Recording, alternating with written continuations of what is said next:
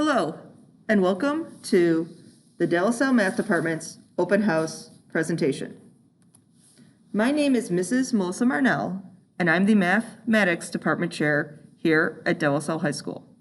My contact email is given on the screen. Please feel free to contact me with any questions. I've also given you a website that gives the course descriptions of all the mathematics courses offered here at DLS High School. This slide shows the most common math progressions at DLS High School. The top is freshman year, and we move through sophomore year, junior year, and finally senior year. Most students are placed in Algebra 1 their freshman year and move through this progression.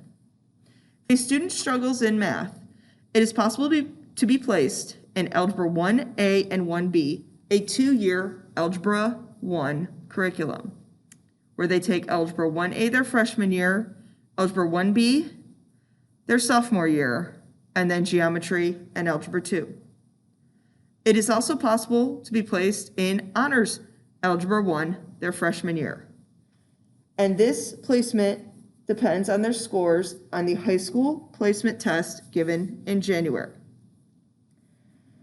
It is also possible for a student to be placed in Geometry or Honors Geometry their freshman year. They must take a math placement test given by the math department at DLS High School given in mid-May.